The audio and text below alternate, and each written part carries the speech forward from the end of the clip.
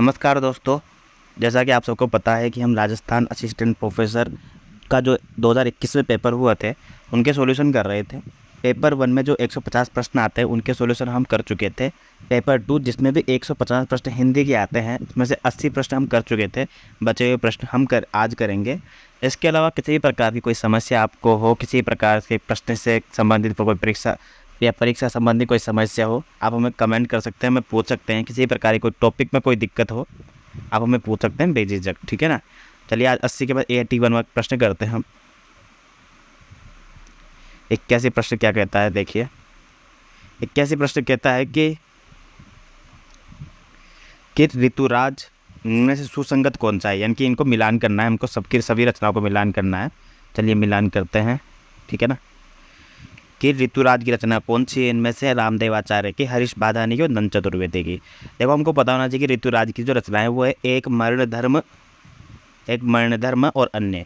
देखो जितने भी राइटर हैं ना सबके सब सिलेबस में लगे हुए हैं, तो हमें आश्चर्यचकित होने की कोई ज़रूरत नहीं है कि भाई ये प्रश्न कहाँ से आए हैं। ये सबका नाम स्पेशल लिखा हुआ था सिलेबस में। और आरपीएससी की सबसे बड़ी खासियत ये है कि जो पाठ्यक्रम में जो लिखा होता है ना उसी में से प्रश्न आता है आरपीएससी का, ठीक है। तो ऋतुराज के हो गए एक मर्ण धर्म और अन्य। इसके अलावा रामदेव आचार्य की बात करूँ तो जो ये रचना है ना रेगिस्तान से महासागर तक, ये रामदेवाचार्य की रचना है, रेगिस्तान से महासागर तक। हरीश बादानी की बहुत प्रसिद्ध रचना है रोटी नाम सत्य है, ठीक है ना, बहुत प्रसिद्ध है, रोटी नाम सत्य है। और नंद चतुर्वेदी की बहुत फेमस रचना है ये समय मामूली नहीं, ठीक है ना, यह समय मामूली नहीं। तो इस अनुसार हमारा उत्तर हो जाएगा चौथा वाला, ठीक है ना। 81 का आंसर हो जाएगा 4। 82 वाला प्रश्न देखते हैं क्या कहता है। 82 वाला प्रश्न कि कविता एवं कवि में सुमेलित करना है, ठीक है, सुमेलित कर लेते हैं भैया। क्या कहता है कि इस यात्रा में बहुत फेमस रचना है, अपने पढ़ी है। इस यात्रा में ये लीलाधर जगोड़ी की रचना है, ठीक है ना। इस यात्रा में लीलाधर जगोड़ी, एक तो टेक्निकल चीज़ है ना, संभालना बड़ा मुश्किल होता है, ठीक है, लीलाधर जगोड़ी, ठीक है। इसके अलावा अगर हम बात करें अपनी केवल धार, तो अपनी केवल धार किसकी है, ये अरुण कमल की, ठीक है ना, बहुत फेमस है ये भी अपनी केवल धार। दुनिया रोज बनती, किसकी दुनिया रोज बनती है, आलोक धनवा की दुनिया क्या होती है, रोज बनती है, ठीक है ना, आलोक धनवा की दुनिया रोज बनती है। और हवाएं चुप रहती किसकी है, हवाएं चुप रहती वेणुगोपाल की हवाएं चुप रहती है, ठीक है ना। इस अनुसार अपना उत्तर क्या हो जाएगा, पहला वाला 2 3 4 1, ठीक है ना। याद रखिएगा ये ज़्यादा कठिन प्रश्न नहीं है, मिलान करने वाले प्रश्न बहुत आसान होते हैं, बस उस सिलेबस पे नाम दिए हुए हैं, उनको हमें अच्छे से याद रखना पड़ेगा, ठीक है। अगला प्रश्न देखिए अब कि निम्नलिखित को सुमेलित करना होता है, ठीक है ना, सुमेलित करते हैं। निम्नलिखित में सुमेलित करना है, यहाँ पर भी मिलान करना है किसकी किसकी कौन कौन सी रचना है, ठीक है ना। हजार बाहों वाली, ठीक है, हजार बाहों वाली किसकी रचना है, ये आप सबने पढ़ी होगी, ये हिंदी साहित्य के अंदर हम जब काव्य वाला पाठ पढ़ते हैं तो ये रचना है किसकी, नागार्जुन की, ठीक है, हजार बाहों वाली नागार्जुन, ठीक है। दूसरा पढ़िए आप, दूसरी किसकी है, चुका भी नहीं हूँ मैं, ठीक है ना, चुका भी नहीं हूँ मैं, शमशेर बहादुर सिंह, बहुत बार पढ़ा है हमने ये, शमशेर बहादुर सिंह, चुका भी नहीं हूँ मैं। रात अब भी मौजूद है, लीलाधर जगोड़ी, रात अब भी मौजूद है। और भूरी भूरी खाकदुल किसकी रचना है, ये गजानन माधव मुक्तिबोध की, ठीक है ना, हरी भूरी भूरी खाकदुल, ठीक है ना, गजानन माधव मुक्तिबोध। तो हमारा सही उत्तर क्या हो जाएगा, दूसरा वाला हमारा सही उत्तर हो जाएगा, ठीक है, दूसरा। अगला प्रश्न देखिए क्या कहता है, अगला प्रश्न 84, ठीक है। प्रयोगवाद के संबंध में कौन सा कथन असंगत है, यानी कि गलत कथन का चयन करना है हमें कि कौन सा कथन प्रयोगवाद के संबंध में गलत है, ठीक है ना। चलिए चूज करते हैं कि इनका मंतव्य समस्त परंपराओं का खंडन करके नए तत्वों का अन्वेषण करना है। चलिए एक बार के लिए होल्ड करते हैं इस ऑप्शन पे, एक बार इसी पर डाउट लग रहा है, ठीक है ना, एक बार इस पर होल्ड करते हैं कि प्रयोगवाद कब आया था, 1943 में आया था। तारसप्तक से ही इनका प्रकाशन माना जाता है, तारसप्तक से ही प्रयोगवाद का आरंभ माना जाता है, ठीक है। पहला ऑप्शन हो गया कि इनका मंतव्य समस्त परंपराओं का खंडन करके नए तत्वों का अन्वेषण करने के बाद, इस पर गौर करते हैं हम कि ये भी असंगत हो सकता है। यह व्यक्ति अनुभूति और समष्टि अनुभूति को एक ही सत्य के दो रूप मानते हैं, ये एकदम सही कथन है, ठीक है ना। समष्टि मतलब सामाजिक चेतना, ये व्यक्ति की अनुभूति और समष्टि यानी कि स्वयं की अनुभूति और जो समाज की अनुभूति, इन दोनों को एक ही सत्य के दो रूप मानते हैं, ये एकदम सही बात है। ये मानता है कि बौद्धिकता को काव्यानुभूति से पृथक करके नहीं देखा जा सकता है, ये भी एकदम सही कथन है इनका, ठीक है ना। बौद्धिकता को काव्यानुभूति से पृथक करके नहीं देखना प्रयोगवाद की विशेषता है। यह मानता है कि विषय वस्तु की नवीनता है उसके शिल्प को नया आकार देने के लिए बाध्य होगी, एकदम सही। इसीलिए इन्होंने नए नए उपमा के नए नए आकार दिए हैं, नए नए आयाम लेके आए हैं कविता में। इसलिए इन चारों ऑप्शन को पढ़ने के बाद हमारा सही उत्तर हो जाएगा। सबसे कमजोर है, जो गलत भी है वो होगा, इनका मंतव्य समस्त परंपरा का खंडन करके नए तत्वों का अन्वेषण करना है। ठीक है ना, ये असंगत हो जाएगा, ठीक है ना, क्योंकि ये देखो इसमें क्या कहा है कि समस्त परंपराओं का खंडन करके, जबकि समस्त परंपराओं का खंडन करके नए तत्वों का अन्वेषण करना इनका मंतव्य नहीं था। ये पुरानी परंपराओं को लेकर चल रहे थे, लेकिन हाँ ये है कि नए तरीके से ये उन चीज़ों को पेश कर रहे थे, ठीक है ना। तो 84 का आंसर पहला हो जाएगा। 85 वाला देखिए कि तरनी तनुजा तट तमाल तरोवर बहु छाए, ठीक है ना, झुके कुलसो जल प्रसन है तो मन वे सुखाए, ठीक है। पंक्तियाँ किसकी पंक्तियाँ हैं? बहुत आसान पंक्तियाँ हैं ये, भारतेंदु हरिश्चंद्र की पंक्तियाँ, हमने बहुत बार पढ़ी है ये, तरनी तनुजा तट तमाल तरोवर बहु छाए। 86 वाला प्रश्न देखिए क्या कहते हैं दोस्तों कि भारतेंदु हरिश्चंद्र के व्यक्तित्व। अब देखिए खुद वैसे दिमाग लगाना चाहिए कि हाँ यार भारतेंदु हरिश्चंद्र के बारे में प्रश्न पूछ रहा है, क्योंकि ये पेपर एक खास है कि जिस टॉपिक से प्रश्न पूछे जा रहे हैं बस उसी से 2-3-4 क्वेश्चन उसी के बारे में आएंगे। तो भारतेंदु हरिश्चंद्र की पंक्ति थी वो, भारतेंदु हरिश्चंद्र के व्यक्तित्व और कृतित्व के संदर्भ में कौन सा विवरण सही नहीं है, इनके गलत कथन का चयन करना है। वे साहित्य अनुरागी और कोमल हृदय के व्यक्ति थे, कोई संदेह नहीं है। उन्होंने वैष्णव धर्म के प्रचारक तदीय समाज की स्थापना की थी, तदीय सर्वस्व उनकी रचना भी आपने पढ़ी होगी, ये भी एकदम सही है। उनका साहित्य कार्य गद्य पद्य के अनेक विधाओं तक फैला हुआ था, इसमें भी कोई संदेह नहीं है, ये भी सही है। उन्होंने प्राचीन की पूर्ण उपेक्षा करके नवीन को पूर्णतः अंगीकार किया। अब देखो यहाँ पे पूर्णता आ गया, यहाँ पे उपेक्षा आ गया। मध्यकाल के बाद शिफ्ट होकर हम जब भारतेंदु काल में आए तो क्या पूर्णतः मध्यकाल की जो परंपरा था उसका खंडन कर दिया था? क्या नहीं किया था ना? मध्यकाल की कुछ प्रवृत्तियां भारतेंदु काल में हम देख सकते थे, तो पूर्ण उपेक्षा नहीं करके अब पूर्णतः नए का भी अंगीकार नहीं किया था, यही कथन गलत हो जाएगा, ठीक है। 86 का आंसर 4। भारतेंदु हरिश्चंद्र का जन्म 1850 में होता, 1850 में होता, 1885 में इनकी मृत्यु हुई थी, ठीक है। दीक्षा ली थी, ये भी सही। आचार्य शुक्ल के अनुसार अंग्रेजी ढंग का पहला मौलिक उपन्यास कौन सा है? परीक्षा गुरु 1882, लाला भगवान दास, ठीक है, सबने पढ़ा होगा ये तो ऐसा। यही भक्त बन गए थे और यही मतलब एकदम इन्होंने भारतेंदु जी जिस प्रकार वर्तमान गद्य भाषा के स्वरूप प्रतिष्ठापक थे, उसी प्रकार वर्तमान साहित्य परंपरा के प्रवर्तक थे। ये कथन के साथ का है, ठीक है ना। भारतेंदु, अब देखो वर्तमान साहित्य प्रवर्तक, अब देखो ठीक है, वर्तमान शब्द आ रहा है, आपको पता होना चाहिए आधुनिक काल को वर्तमान काल किसने दिया था? पिताजी ने। कौन पिताजी? रामचंद्र शुक्ल, ठीक है ना। 88 में 3 आंसर हो जाएगा। प्रकाशन वर्ष की दृष्टि से असंगत विकल्प चुनना है कि प्रकाशन स्थान की दृष्टि से कि किसका प्रकाशन कहाँ से है, ठीक है ना। तो पहला तो हम देखते हैं भारत मित्र का प्रकाशन, ठीक है, कलकत्ता एकदम सही है इसका। हिंदी प्रदीप बालकृष्ण भट्टप्रयाग एकदम सही है, ठीक है ना। इसके अलावा उद्यम सबसे पहली पत्रिका थी ये हिंदी की, ठीक है ना, कलकत्ता, ये भी एकदम सही है। कवि वचन सुधा भारतेंदु हरिश्चंद्र की प्रयाग, ये गलत है क्योंकि इसका प्रकाशन स्थान काशी था, ठीक है ना, बनारस काशी से इसका प्रकाशन होता था, तो कवि वचन सुधा ये याद रखिएगा। 90 वाला प्रश्न देखिए, भारतेंदु की मौलिक नाट्य नहीं है, यानी कि अनुदित नाट्य कौन सा, ये बताना है। वैदिक हिंसा न हिंसा बहुत ही, ये भी मौलिक नाटक है। भारत दुर्दशा 80 में, अंधेरी नगरी 81 में, ये तीनों के तीनों मौलिक नाटक है, ठीक है ना। परंतु जो कपूर मंजरी है ये इनका अनुदित नाटक है, अनुदित नाटक, ठीक है, याद रखिएगा। 90 का आंसर 2 हो जाएगा। 81 रंग दर्शन, रंग दर्शन के रचनाकार कौन है? रंग दर्शन के रचनाकार फेमस राइटर नेमिचंद्र जैन है, ठीक है ना, फेमस राइटर नेमिचंद्र जैन है। रंग दर्शन याद रखिएगा, रंग दर्शन के रचनाकार कौन है? नेमिचंद्र जैन, याद रखिएगा, ठीक है ना। इन्होंने एक नटरंग नाम से पत्रिका का भी प्रकाशन किया था, नटरंग, तो याद रखिएगा रंग दर्शन और नटरंग किससे संबंधित है? नेमिचंद्र जैन से। 92वां क्वेश्चन क्या कहता है देखिएगा कि पंडित प्रताप नारायण मिश्र और पंडित बालकृष्ण भट्ट ने हिंदी गद्य साहित्य में वही काम किया है जो अंग्रेजी में गद्य साहित्य में एडिशन और स्टील ने किया है, यानी कि प्रताप नारायण मिश्र की जो तुलना है वो एडिशन से की गई है और बालकृष्ण भट्ट की तुलना स्टील से की गई है निबंध के क्षेत्र में, ठीक है ना, खास करके निबंध के क्षेत्र में और गद्य के क्षेत्र में की गई है। फेमस कथन है, सबने पढ़ा होगा, रामचंद्र शुक्ल का कथन है। रामचंद्र शुक्ल के इतिहास में ये पंक्तियाँ साफ साफ दिखाई देती है। 93 वाला क्वेश्चन देखिए क्या कहता है, बिल्कुल आपने पढ़ा होगा कि इनमें से कौन से विद्या निवास के मिश्र के निबंध कौन कौन से हैं, ठीक है ना, पता होगा। चितवन की चाह 53 में है ये, ठीक है ना। तुम चंदन हम पानी, ठीक है, तुम चंदन हम पानी 55 में है ये, ठीक है। तुम चंदन हम पानी 1957 या 55 में इसका प्रकाशन वर्ष है। और कदम की फूली डाल, ठीक है ना, असह्य, ठीक है, असह्य इसका सही आंसर होगा। बाकी गवई गंध और निषाद बांसुरी कुबेर नाथ राय के, ठीक है ना, कुबेर नाथ राय के, याद रखना। 94 वाला देखिए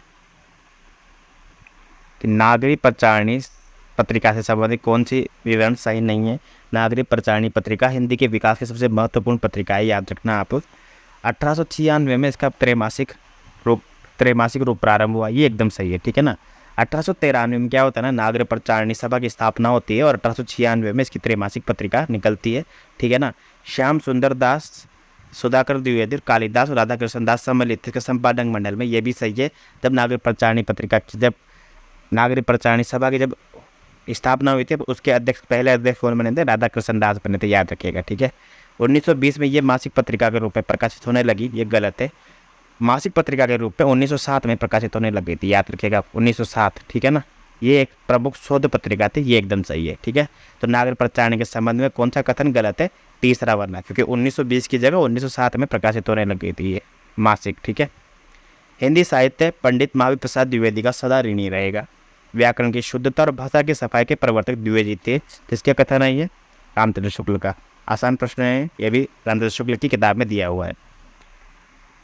96 वाला प्रश्न देखेंगे हम। इनमें से कौन सा विकल्प असंगत है, ठीक है ना। सारिका, अवध नारायण, मुदगल एकदम सही है। नई कविता, जगदीश गुप्त एकदम सही है। और आलोचना के नामवर सिंह एकदम सही है। लेकिन नटंग का भी थोड़ी देर पहले पढ़ा था। नटंग पत्रिका के संपादक कौन थे? नेमीचंद्र जैन, ठीक है। 96 का जो गलत उत्तर होगा वो पहला वाला हो जाएगा, ठीक है। 97 वाला प्रश्न देखिए क्या कहता है,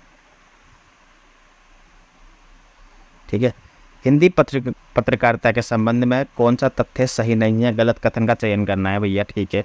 सुमित्रा नंदन ने रूपाप का प्रकाशन किया था, बिल्कुल 1938 से इन्होंने रूपाप का प्रकाशन स्टार्ट किया था। सरस्वती के प्रकाशन का कार्य महावीर प्रसाद द्विवेदी ने 1900 में किया था, ये गलत है, क्योंकि 1900 में तो सरस्वती पत्रिका के प्रकाशन शुरुआत हुआ था, ठीक है ना। शुरुआत हुआ था, तब उसके शुरुआत में संपादक कौन थे? श्याम सुंदर दास। लेकिन महावीर प्रसाद द्विवेदी ने 1903 में इसका भार संभाला था, 1903 में। आप सबको विदित होगा, काफ़ी फेमस प्रश्न है, काफ़ी आसान प्रश्न है। हंस का प्रकाशन प्रेमचंद ने किया, एकदम सही है। और इंदु का प्रकाशन जयशंकर प्रसाद ने किया था अपने मामा जी के साथ मिलकर। 97 का आंसर हो जाएगा दूसरा, क्योंकि वो गलत है। 98 में मिलान करना है, चलो मिलान कर लेते हैं, कोई दिक्कत नहीं है। समांतर कहानी के गंगा प्रसाद विमल हो जाएगा, ठीक है। गंगा प्रसाद,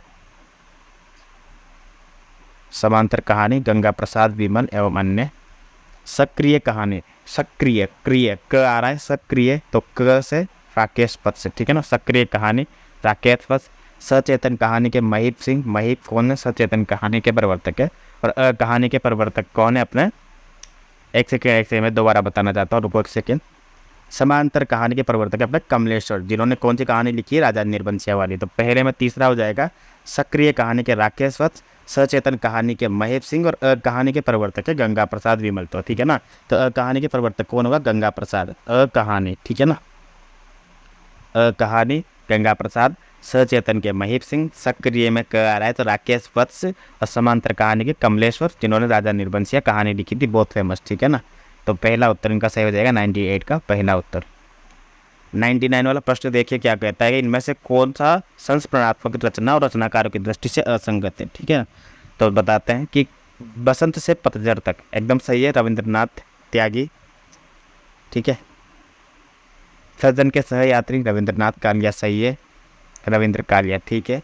कुछ यादें कुछ बातें, ये गलत है, ठीक है ना। इसका जो रचनाकार है वो अमृत राय नहीं है इसका, ठीक है ना। चिड़िया रेन बसेरा विद्या निवास मिश्र के संस्मरणात्मक निबंध, ठीक है ना। कुछ यादें कुछ बातें आप कमेंट करके बताइए किसका है, ठीक है ना।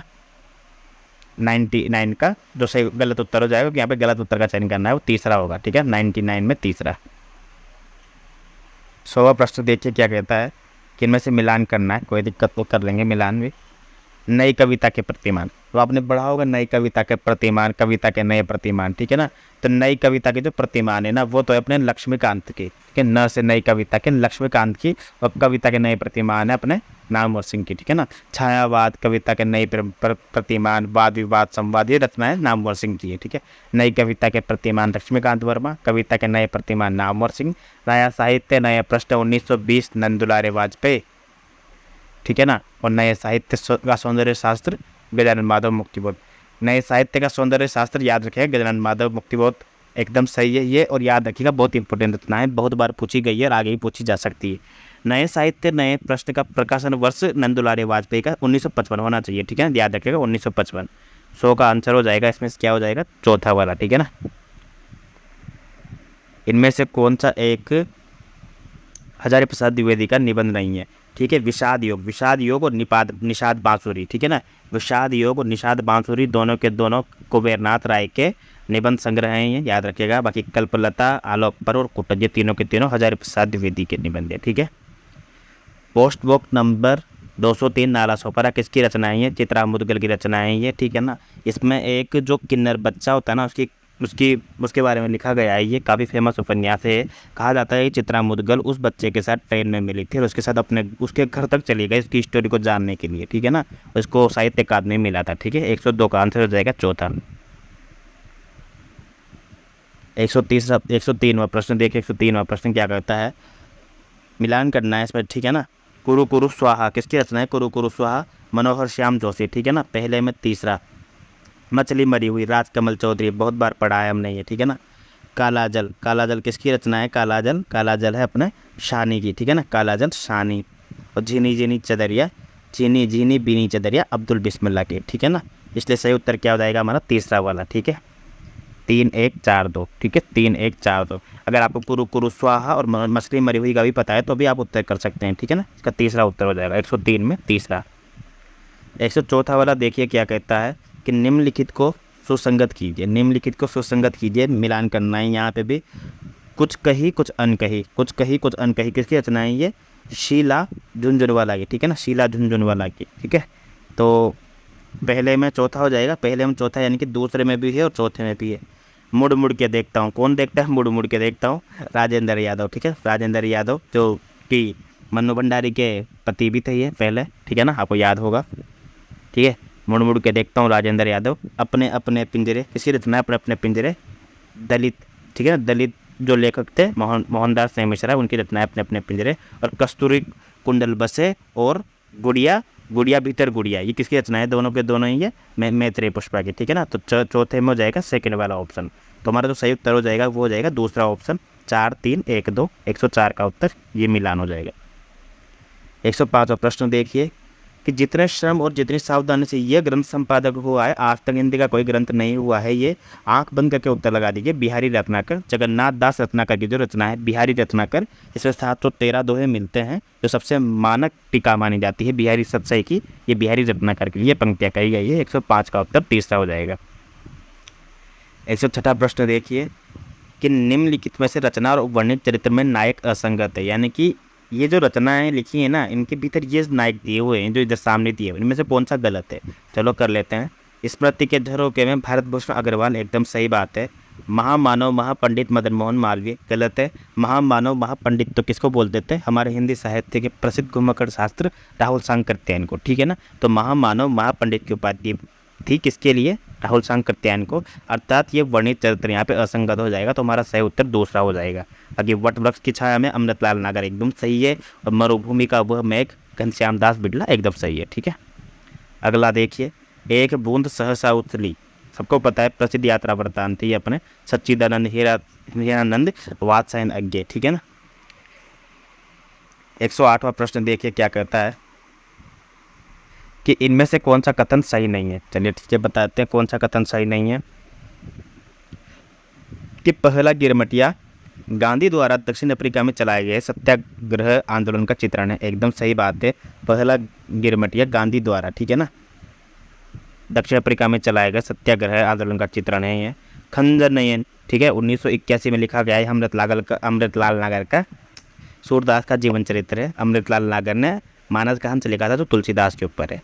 अपने अपने अजनबी मुख्य समस्या स्वतंत्रता के वर्ण की है, यह भी एकदम सही है, इसमें भी कोई संदेह नहीं है। अर्धनारीश्वर विष्णु प्रभाकर में स्त्रियों की महिमा मंडन किया गया है, ये गलत है, ठीक है ना। अर्धनारीश्वर जो उपन्यास है विष्णु प्रभाकर का, इसमें स्त्रियों का महिमा मंडन नहीं किया गया है, ये ऑप्शन गलत है। तो 108 का जो सही उत्तर हो जाएगा चौथा वाला हो जाएगा अपना, ठीक है। 109वां प्रश्न देखिए क्या कहता है, इनको फिर से मिलान करना है, ठीक है ना। 109 में मिलान करना है, चलो मिलान कर लेते हैं इसमें अपन। खजुराहो का शिल्पी शंकर शेष का नाटक है। पढ़ाओ का सपने आप ही है। तो पहले में चौथा, पहले और तीसरे ऑप्शन में 4-4 दिया हुआ है। कर्फ्यू किसका? कर्फ्यू लक्ष्मी नारायण लाल का है, ठीक है। काफ़ी सारे नाटक लक्ष्मी नारायण लाल ने लिखे हैं, है ना। दुलारी बाई किसका है? मणि मधुकर का। और ख्याल भार मली हमीदुल्ला का नाटक है, ठीक है ना। हमीदुल्ला याद रखिएगा दोस्तों, हमीदुल्ला का नाटक है। कभी कभी अब्दुल्ला लिखा हुआ मिलता है जो कि गलत है, ठीक है ना। हमीदुल्ला, ख्याल भार मली हमीदुल्ला, ठीक है। सही उत्तर हो जाएगा तीसरा ऑप्शन। 109 में 3। 110वां देखिए, फिर से इनको मिलान करना है, चलो मिलान कर लेते हैं, कोई दिक्कत नहीं है, ठीक है।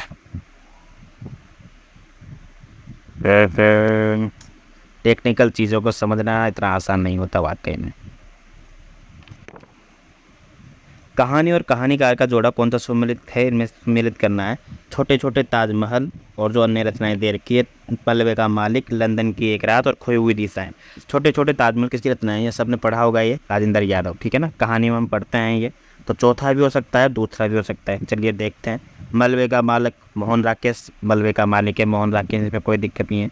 लंदन की एक रात कम निर्मल वर्मा, ठीक है ना, और खोई हुई दिशा है कमलेश्वर, ठीक है, आसान है, चौथा उत्तर इसमें सही हो जाएगा।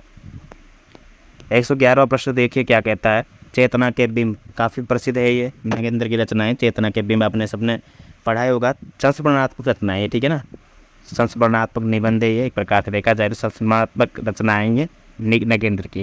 पहले में तीसरा, दूसरे में, चौथे में चाणस है। अरे यायावर याद रहेगा यार, यात्रा वृत्तांत फेमस अज्ञेय का, ठीक है, दूसरे में चौथा, तो ये देखो दूसरा उत्तर सही हो जाएगा यहाँ पे।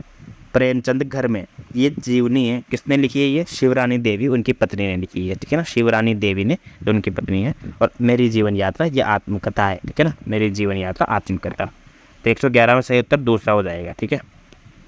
112वां देखिए आप, 112वां कहता है, मिलान करना है हमको, ठीक है। 112वां में मंजुल भगत की रचना कौन सी है, मंजुल भगत की रचना है अंतिम बयान, ठीक है ना, मंजुल बहन की रचना है मंजुल भगत का अंतिम बयान, ठीक है। तो या तो तीसरा होगा या पहला होगा। सूर्यबाला, सूर्यबाला की कौन सी रचना हो जाएगी, यामिनी कथा, ठीक है, यामिनी कथा किसी रचना है, सूर्यबाला की। इसके आगे हम बात करें कुसुम अंचल, कुसुम अंचल की जलधार, कुसुम अंचल की जलधार। और उषा किरण खान की कौन सी हो जाएगी, धुएं की ईमानदारी, ठीक है ना, धुएं की ईमानदारी। तो हमारा सही उत्तर क्या हो जाएगा, तीसरा वाला, 112 में 3। 113वां प्रश्न देखिए क्या कहता है। 113वां कि इनमें से कौन सा कथन सही नहीं है। चलो ठीक है, गलत कथन का चयन करना है। बाण भट्ट की आत्मकथा पूर्णतः कल्पना मिश्रित उपन्यास है, यही गलत हो जाएगा, क्योंकि क्या बात कही है इससे, पूर्णतया कल्पना आश्रित उपन्यास। कैसे हो सकता है कल्पना आश्रित, बताओ। बाण भट्ट की आत्मकथा जो उपन्यास है, उसके क्या कथा इतिहास में नहीं मिलती क्या, 6ठी-7वीं शताब्दी के आसपास हर्षवर्धन के समय की जो कहानी थी उससे संबंधित उपन्यास था ये, ठीक है ना। तो बाण भट्ट ने पुणिका, ठीक है ना, इस उस टाइम पे पूर्णतया कल्पना मिश्रित नहीं है, कल्पना का समन्वय इसमें किया गया है, पर ये इतिहास से संबंधित भी है, ठीक है ना। तो पहला ऑप्शन गलत हो जाएगा। बाकी दूसरा, तीसरा, चौथा सही है, लेकिन पढ़ लेते हैं एक बार कि चारों चंद्र लेख में गहरवाद नरेश जयचंद की पराजय के बाद का समय चित्रित है, ये एकदम सही है। पुनर्नवा में समुद्रगुप्त के समय को उपन्यास का विषय बनाया है, सही है। अनामदास का पोता उपनिषद काल का काल्पनिक वर्णन करता है, यह भी एकदम सही है, ठीक है, याद रखिएगा। हजारी प्रसाद द्विवेदी ने 4 उपन्यास लिखे हैं, 4 उपन्यास ये रहे, ठीक है। प्रेमचंद के औपन्यासिक कृतियों का सही अनुक्रम बता रहा है, ठीक है, आप सबको पता होगा इसे। सबसे पहले सेवा सदन लिखा था 18 में, उसके बाद हम बात करें तो उसके बाद क्या आता है बताओ, रंगभूमि या फिर कर्मभूमि, उसके बाद आएगा रंगभूमि, ठीक है ना, रंगभूमि आता है, रंगभूमि, उसके बाद कर्मभूमि, फिर गोदान सबसे लास्ट में 1936 में, जो उनका सबसे ज़्यादा फेमस उपन्यास है, ठीक है ना। तो सही उत्तर हो जाएगा चौथा वाला, याद रखिएगा, सेवा सदन, रंगभूमि, कर्मभूमि और गोदान, ठीक है।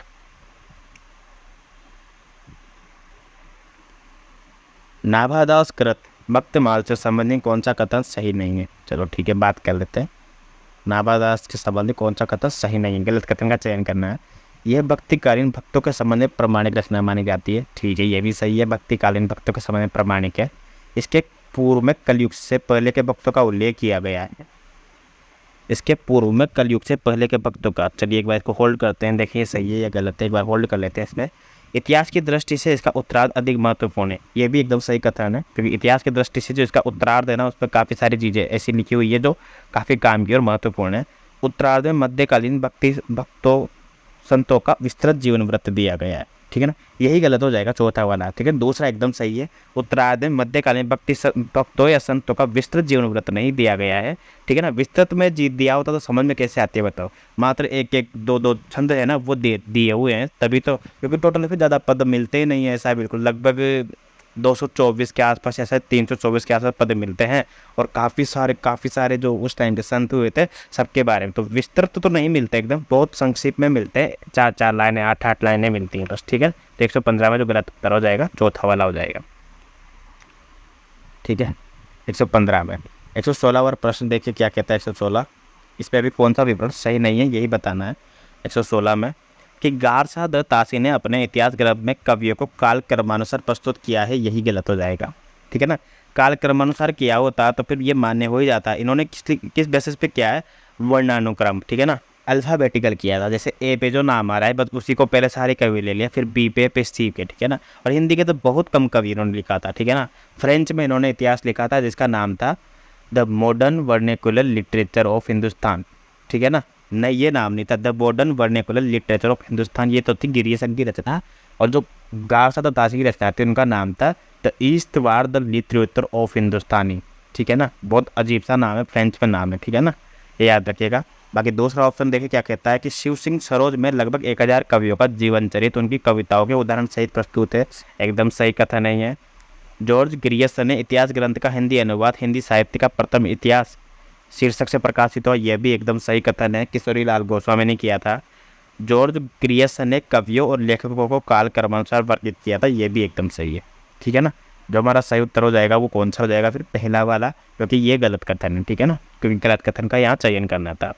117वां प्रश्न देखिए क्या कहता है। इतिहास का इतिवृत्तात्मक लेखन सबसे पहले मिश्र बंधुओं के विनोद में पाया जाता है, ये उक्ति किसकी है, ये उक्ति किसकी है, रामकुमार वर्मा की, ठीक है ना। इतिहास का इतिवृत्तात्मक लेखन सबसे पहले मिश्र बंधुओं के विरोध में पाया जाता है। हिंदी का आलोचनात्मक इतिहास लिखा था 1938 में रामकुमार वर्मा ने, उसमें यह कथन पाया जाता है, तो रामकुमार वर्मा यहाँ सही उत्तर हो जाएगा। 118वां प्रश्न देखिए क्या कहता है। 118वां कि मिश्र बंधु विनोद के विषय में कौन सा विवरण सही नहीं है, यानी गलत कथन का चयन करना है। तो चलिए गलत कथन का चयन कर लेते हैं अपन कि इसमें अनेक कवि जो अज्ञात थे प्रकाश में लाए गए और उनके साहित्य महत्व के मूल्यों को आंका गया। मिश्र बंधु विनोद की यही सबसे बड़ी खासियत है और मिश्र बंधु विनोद को पढ़कर ही रामचंद्र शुक्ल ने अपने हिंदी साहित्य का इतिहास में बहुत सारी चीज़ें अमल की और उसमें रामचंद्र शुक्ल ने भी मिश्र बंधु विनोद से हेल्प ली है, ठीक है ना। हालांकि और भी रचनाओं की हेल्प रामचंद्र शुक्ल ने अपने इतिहास लिखने में ली थी, लेकिन मिश्र बंधु विनोद भी उनमें से एक था। पहला ऑप्शन एकदम सही है, गलत कथन का चयन करना है। इनके प्रथम 3 भाग संवत 1970 विक्रम ठीक है में और चौथा भाग 1991 विक्रम संवत में प्रकाशित हुआ, ये एकदम सही है, ठीक है ना। 1924 और 1934 के आसपास संपादित हुआ था और यही काल बैठेगा लगभग। अगर 70 में से 57 माइनस करते हैं तो कितना बचता है अपने पास, 1923 और 1923 में पहला हुआ था, ठीक है ना। 1923 में पहले 3 भाग प्रकाशित हुए थे, बाद में चौथे भाग बाद में प्रकाशित हुआ था, यही समय बैठेगा। चतुर्थ भाग साहित्य के वर्तमान काल से संबंधित है, रामचंद्र शुक्ल ने चतुर्थ भाग का नाम वर्तमान काल दिया था, सही है। इनके चारों भागों में लगभग 3000 कवियों का विवरण मिलता है, यही गलत हो जाएगा क्योंकि 3000 कवियों का विवरण नहीं मिलता, लगभग 5000 कवियों का विवरण मिलता है, ठीक है ना। याद रखिएगा 4591 कुछ इतने कवि है जिनका वर्णन मिश्र बंधु विनोद में मिलता है, ठीक है। याद होना चाहिए आपको कि मिश्र बंधु विनोद में 3 भाई थे, ठीक है ना, याद रखिएगा। सुखदेव बिहारी मिश्र, गणेश बिहारी मिश्र और श्याम बिहारी मिश्र। कौन कौन से, सुखदेव बिहारी मिश्र, श्याम बिहारी मिश्र, गणेश बिहारी मिश्र। वहाँ विकल्प में आएगा कृष्ण बिहारी मिश्र भी, तो कृष्ण बिहारी मिश्र नहीं है, याद रखना आप। वहाँ विकल्प में चारों ऑप्शन आएंगे और चारों में दिया होगा कि कौन सा इनमें से मिश्र बंधु विनोद में 3 भाइयों में से एक नहीं है, तो वो कृष्ण बिहारी मिश्र होगा। कृष्ण बिहारी विष्णु मिश्र वही है जिन्होंने देव और बिहारी नाम से रचना लिखी है, ठीक है ना, याद रखना आप। 119वां प्रश्न देखिए क्या कहता है कि इनकी पुस्तक की भाषा को कवि ने स्वयं अवढ़ कहा है, ठीक है ना। देश दिल बेन्ना सब जन मिठा, ये पंक्तियाँ पढ़ी है ना हमने, किसकी पंक्तियाँ थी ये, विद्यापति की रचना थी ये और कीर्ति लता में ये आपको पंक्तियाँ मिलती है, ठीक है ना। तो प्रश्न क्या था कि इस पुस्तक की भाषा को कवि ने स्वयं अवढ़ कहा था, ठीक है। इस बीच बीच में मैथिली भाषा के प्रयोग आ गए हैं और भाषा के अध्ययन की दृष्टि से इस पुस्तक का महत्व है ही, ठीक है ना। आचार्य हजारी प्रसाद द्विवेदी का ये कथन किस कृति के संदर्भ में है, कीर्ति लता के संबंध में, ठीक है ना, याद रखिएगा। कीर्ति लता में ही पंक्तियाँ हैं वो, देश सिर बेना सब जन मिट्टा। 120वां प्रश्न देखिए आप। साधारणतः सन ईस्वी की 10वीं से लेकर 14वीं शताब्दी के काल को हिंदी साहित्य का आदिकाल कहा जाता है, ठीक है, साधारणतः, ठीक है। अब हम बात करते हैं 120वें प्रश्न में। तो आदिकाल नाम सबसे पहले किसने दिया था, आदिकाल नाम दिया था आदिकाल को हजारी प्रसाद द्विवेदी ने, सही उत्तर हो जाएगा 120 का पहला ऑप्शन, ठीक है। 121वां प्रश्न देखिए कि काल प्रवृत्ति का निर्णय प्राप्त ग्रंथों की संख्या द्वारा नहीं निर्णित कर सकते, बल्कि उस काल की मुख्य प्रेरणादायक वस्तुओं के आधार पर ही हो सकता है, ये भी एकदम सही कथन है और ये कथन हजारी प्रसाद द्विवेदी का है, जिन्होंने अपने इतिहास ग्रंथों में ये पंक्तियाँ लिखी है कि उनका मानना था कि किस टाइम पर जो निर्णय मतलब कितने ग्रंथ प्राप्त हुए हैं इस पर तुलना नहीं करनी चाहिए। उस काल में जो प्रेरणादायक वस्तु है ना, उस पर जो संस्कृति के आधार जो पुस्तकें बनी हैं उनको भी हमको शामिल करना चाहिए। तो 121 का जो आंसर हो जाएगा वो दूसरा हो जाएगा। 122वां प्रश्न देखिए आप कि अपभ्रंश के कवियों को विस्मरण करना हमारे लिहाने की वस्तु ही है। यही कवि हिंदी काव्यधारा के प्रमुख प्रथम सृष्टा है, ठीक है ना। किसी पंक्तियाँ ये काफ़ी फेमस पंक्तियाँ ये उन्हें पढ़ी होगी। अपभ्रंश के काफ़ी कवियों को लाने के लिए राहुल संकृत्यान का बहुत महत्वपूर्ण योगदान रहा है। 122 का सही उत्तर हो जाएगा पहला, राहुल संकृत्यान। 123 पे असंगत का मिलान करना है कि कौन सी रचना असंगत है, ठीक है ना। चलिए देखते हैं। हिंदी साहित्य का इतिहास, दूसरा इतिहास बच्चन सिंह एकदम सही है। हिंदी साहित्य 20वीं शताब्दी बाबू श्याम सुंदर दास, गलत हो जाएगा क्योंकि हिंदी साहित्य 20वीं शताब्दी किसकी रचना है, ये नंद दुलारे वाजपेयी की, ठीक है। हिंदी साहित्य का इतिहास लक्ष्मी सागर वासना एकदम सही है क्योंकि इन्होंने जो गारसादा तासी का इतिहास था उसका अनुवाद किया था। और हिंदी साहित्य का आलोचनात्मक इतिहास राम कुमार वर्मा एकदम सही है। तो 123 का सही आंसर हो जाएगा दूसरा, हिंदी साहित्य 20वीं शताब्दी बाबू श्याम सुंदर दास, ठीक है। 123वां प्रश्न देखिए। 123वां प्रश्न क्या कहता है, 123वां प्रश्न हो चुका है। 124वां प्रश्न देखिए क्या कहता है कि नागर प्रचारणी सभा द्वारा प्रकाशित हिंदी साहित्य का बृहद इतिहास के प्रथम भाग का शीर्षक बताना है, ठीक है ना। प्रथम भाग का शीर्षक किस नाम से प्रकाशित हुआ है। टोटल ये 18 भागों में प्रकाशित होना तय हुआ था, परंतु इसके 16 भाग प्रकाशित हुए हैं। और जो पहले भाग का नाम है, पहले भाग का नाम क्या है, हिंदी साहित्य की पीठिका, ठीक है ना। हिंदी साहित्य की पीठिका इसका पहले भाग का नाम है। रामचंद्र शुक्ल इसी की भूमिका लिख रहे थे, लेकिन वो भूमिका लिखते लिखते इतनी बड़ी हो गई कि उन्होंने अपना स्वयं का हिंदी साहित्य का विकास नाम से, ठीक है ना, हिंदी साहित्य का विकास के नाम से वो भूमिका लिख रहे थे, परंतु वो इतना बड़ा हो गया कि उसको स्वतंत्र ग्रंथ ही बना दिया उन्होंने हिंदी साहित्य का इतिहास नाम से। जिसमें छठा अध्याय है ना वो रीतिकाल नाम से नगेंद्र ने संपादित किया है, याद रखना आप, ठीक है ना। और पहला जो किस नाम से, हिंदी साहित्य की पीठिका। 125वां प्रश्न देखते हैं क्या कहता है कि मैं इस्लाम के महत्व को भूल नहीं रहा हूँ लेकिन जोर देकर कहना चाहता हूँ। बहुत फेमस पंक्तियाँ ही हैं। और किसके लिए कही गई है ये, हजारी प्रसाद द्विवेदी जो है ना वो रामचंद्र शुक्ल के विरोधी नहीं है, वो उनके पूरक है। जिन जिन रचनाओं पे जिन जिन जगह रामचंद्र शुक्ल ने ध्यान नहीं दिया है उन जगह पर हजारी प्रसाद द्विवेदी ने अच्छे से उनका अध्ययन करके उनको विश्लेषित किया है, ठीक है ना। जो प्रस्तुत पंक्तियाँ जो हम पढ़ने जा रहे हैं ये हजारी प्रसाद द्विवेदी की पंक्तियाँ हैं, काफ़ी फेमस पंक्तियाँ। उन्होंने साफ साफ कहा है कि मैं इस्लाम के महत्व को भूल नहीं रहा हूँ लेकिन जोर देकर कहना चाहता हूँ कि अगर इस्लाम न आया होता तो भी इस साहित्य का 12 आना वैसा ही होता जैसा आज है। यानी कि जो आदिकाल का साहित्य है वो वैसा ही होता जैसा कि आज है, ठीक है ना। हिंदी के भक्ति आंदोलन के संदर्भ में ये कथन किसका है, ये हजारी प्रसाद द्विवेदी का कथन है। ये 125 का आंसर 2 हो जाएगा, ठीक है। 126वां देखिए कि इनमें से हिंदी का प्रथम कवि सुसंगत करना है कि किसने किसने किस किस को माना है। चलिए ठीक है, कर लेते हैं, कोई दिक्कत नहीं है। 126 का सही आंसर बताना है। 126 है तो शिव सिंह सेंगर ने किसको पहला कवि माना है, शिव सिंह सेंगर ने माना है अपने शिव सिंह सरोज में पुष्पदंत पुष्य पुंडु को पहला कवि माना है, ठीक है। या तो पहला होगा या चौथा होगा उत्तर, यानी कि चौथा ऑप्शन, ठीक है।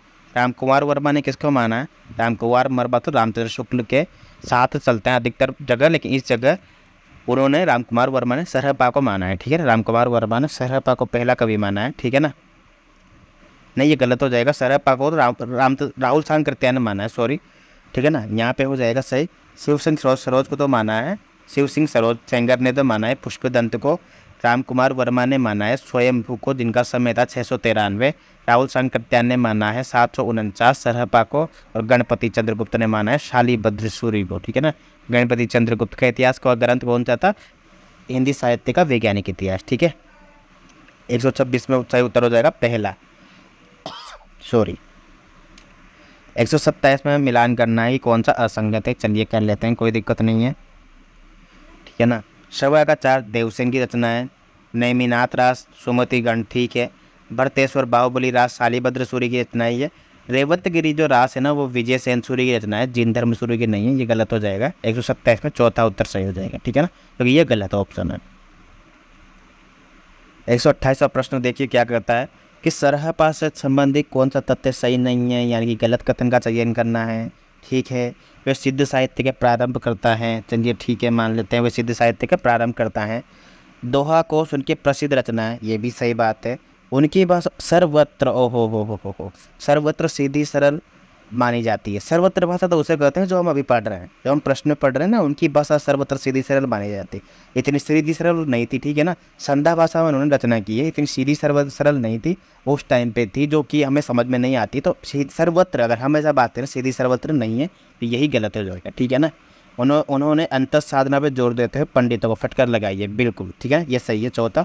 तीसरा गलत है, क्योंकि सर्वसामान्य उनकी भाषा को नहीं समझ सकता है, विशेषज्ञ उनकी भाषा को समझ सकता है, इसलिए सर्वत्र सीधी सरल मानी जाती है, कथन गलत हो जाएगा। 129वां प्रश्न देखिए कि शंकराचार्य के बाद इतना प्रभावशाली और इतना महिमा मान्वित महापुरुष भारतवर्ष में दूसरा नहीं हुआ है। हजारी प्रसाद द्विवेदी की ये पंक्तियाँ, और किसके लिए कही गई ये पंक्तियाँ? गोरखनाथ के लिए, ठीक है, याद रखिएगा, गोरखनाथ के लिए। गोरखनाथ पर जो पहला पीएचडी किया है, या फिर जो पूरे भारत में जो पहली पीएचडी किया है हिंदी में, उनका नाम है पीताम्बर दत्त बर्तवाल। उन्होंने भी गोरखनाथ पे ही पीएचडी की है, ठीक है। 130वां प्रश्न देख लेते हैं, क्या कहना चाहता है 130वां प्रश्न कि डॉक्टर दशरथ शर्मा आदि कुछ विद्वान पृथ्वीराज रासों के किस संस्करण को मूल रासों मानते हैं? चलिए ठीक है, बात कर लेते हैं। बृहत्तम संस्करण जिसमें 16,306 छंदे याद रखना, मध्य संस्करण 7,000 छंदे, ये भी ठीक है, लघु संस्करण 3500, और जो सबसे छोटा संस्करण है, सबसे लघुतम संस्करण है, जिसे लघुतम भी बोलते हैं, लघु संस्करण के बाद में, या लघुत्तर भी बोलते हैं, 1300 संत वाला है। यही इसी को डॉक्टर दशरथ शर्मा और जो कुछ विद्वान इनके साथ साथ वो इनको एकदम मानक मानते हैं, ठीक है ना, मूल रासो मानते हैं। 130 का सही उत्तर चौथा हो जाएगा। 131वां देखिए, बीसल देव रासो के संपादनकर्ता कौन है? ठीक है, नरपति नाला की रचना है बीसल देव रासो। एक श्रृंगार रस की विरह काव्य का बहुत महत्वपूर्ण रचना है ये, हालांकि वीर रस के काव्य के अंतर्गत आता है, लेकिन इसमें विरह का जो प्राधान्य है ना बहुत ज़्यादा है इसका, ठीक है ना। माता प्रसाद गुप्त और अगरचंद नाहटा ने इसका संपादन किया था, ठीक है ना। आदिकाल की रचना है ये नरपति नाला की। 132वां प्रश्न देखिए आप, आदिकालीन हिंदी कवि अमीर खुसरो के संबंध में कौन सा सही तथ्य नहीं है, यानी गलत तथ्य का चयन करना है। चलो करते हैं। उनकी पहेलियाँ, मुकरियाँ और दो सुखने हिंदी साहित्य में प्रसिद्ध है, बिल्कुल आज भी है।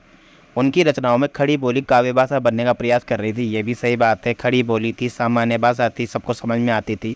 उन्होंने जनजीवन के साथ घुल मिलकर काव्य रचना की, ये भी सही बात है।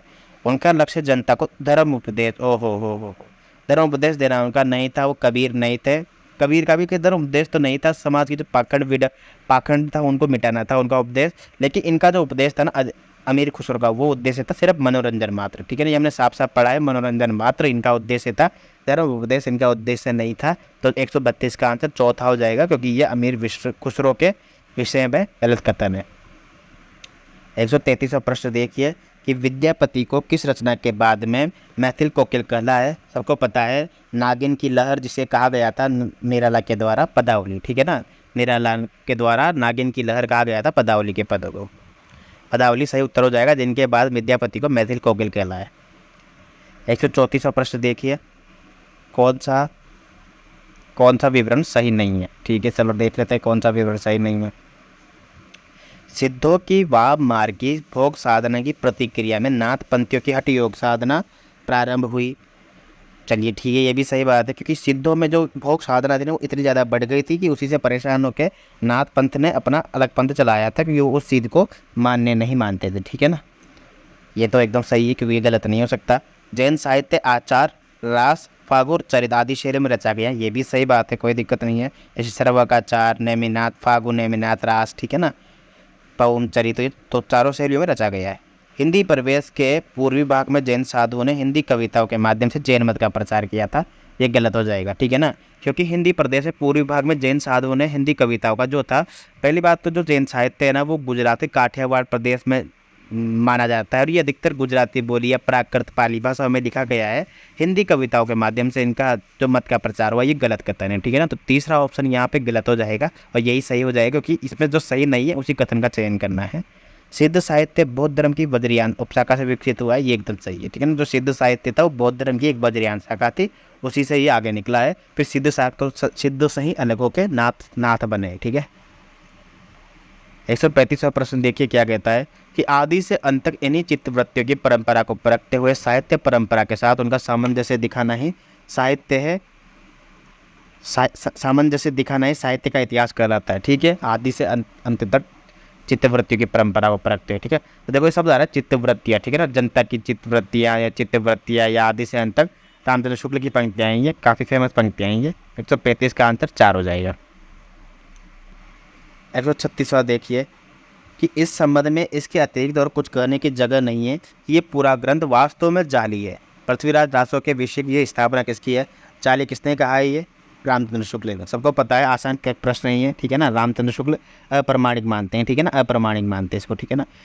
हालांकि ये बात भी सही है कि प्रथम महाकाव्य हिंदी में पृथ्वीराज रासो को भी मानते हैं और प्रथम महाकवि भी वो राम इसको मानते हैं, चंद्रवरदाई को, परंतु जो इतिहास संबंधी जो इसकी घटना है ना उसको जाली मानते हैं। रचना को तो स्वीकार करते हैं कि हाँ रामचंद्र किसी ने क्या पृथ्वीराज रासो लिखा है, परंतु उसके अंदर की घटना को पूर्णतः वो जाली मानते हैं, ठीक है ना। 136 का पहला उत्तर हो जाएगा। 127वां देखिए, इस ग्रंथ में श्रृंगार की प्रधानता है, वीर रस का किंचित आभास मात्र है। रामचंद्र शुक्ल की यह मान्यता किस ग्रंथ के संदर्भ में है? बीसल देव रासो। वीर रस के समय लिखी गई ये रचना श्रृंगार की बहुत ज़्यादा प्रधानता है और श्रृंगार में भी विरह की बहुत ज़्यादा प्रधानता है इसमें। बीसल देव रासो, ठीक है ना, राजमती का वर्णन किया गया है इसमें से, ठीक है ना। नरपति नाला की रचनाएं, ठीक है।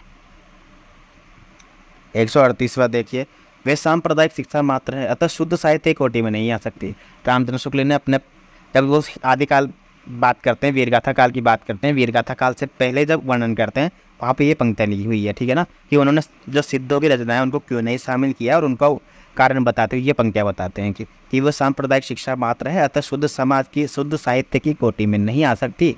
सिद्धों, नाथों, योगियों की रचना के विषय में ये किसका मत है? ये मत है पिताजी का। किसका पता है? रामचंद्र शुक्ल का। उनका 1929 में छपा था और 1941 में बाद में फिर इनका और भी ज़्यादा मतलब उसका जो जिसमें जो कमियां रह गई थी उसको दूर करके हिंदी साहित्य कहते हैं दोबारा छपा था 1941 में, 40 में, ठीक है ना। 139वां प्रश्न देखिए क्या कहता है।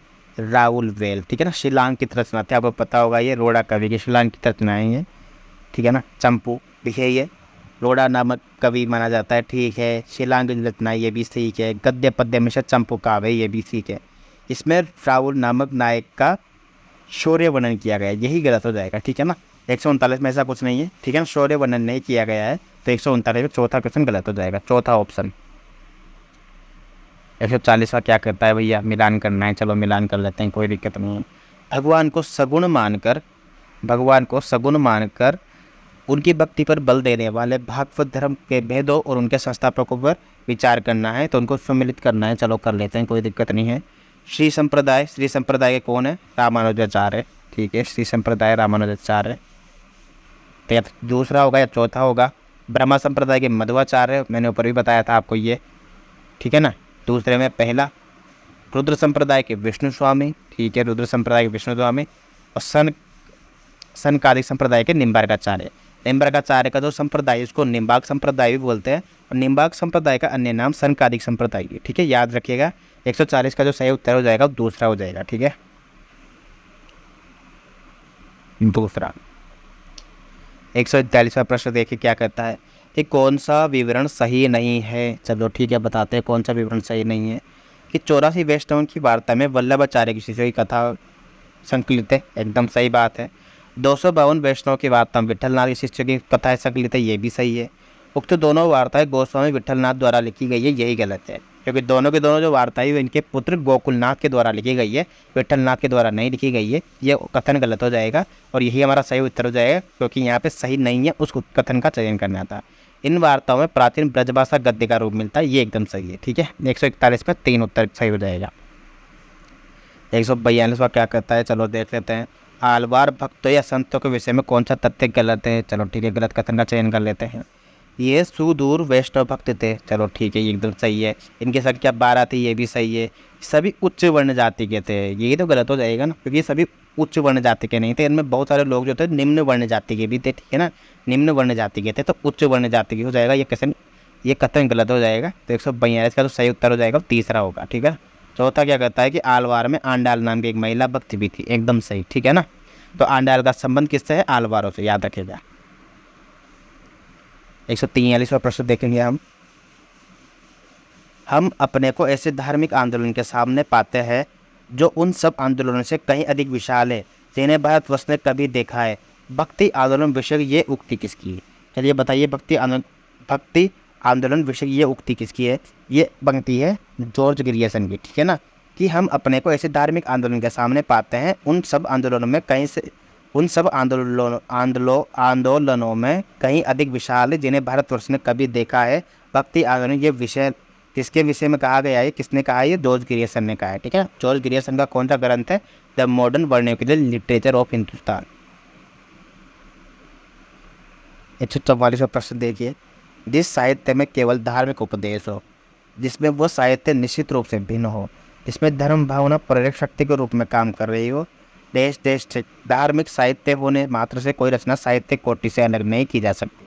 ऊपर जो प्रश्न आया था ना, वो आया था कि ये रचना सांप्रदायिक ग्रंथ है या फिर धार्मिक ग्रंथ है, इस वजह से साहित्यिक कोटि में नहीं आ सकती। ये पंक्तियां दी रामचंद्र शुक्ल ने, ठीक है ना, कि इसलिए हम इसको शामिल नहीं कर रहे। लेकिन अब ये खिलाफ बोल रही है पंक्तियां कि साहित्यिक कोटि में नहीं, अलग नहीं की जा सकती। इसका मतलब ये नहीं है कि वो रचनाएं मतलब साहित्यिक कोटि में नहीं ले सकते, है ना। ये खिलाफ बात कौन बोल रही है? हजारी प्रसाद द्विवेदी बोल रहे हैं। मैंने आपसे कहा था पहले भी कि रामचंद्र शुक्ल के विरोध में या फिर खिलाफ हजारी प्रसाद द्विवेदी नहीं लिखा है, उनके पूरक लिखा है, मतलब है ना।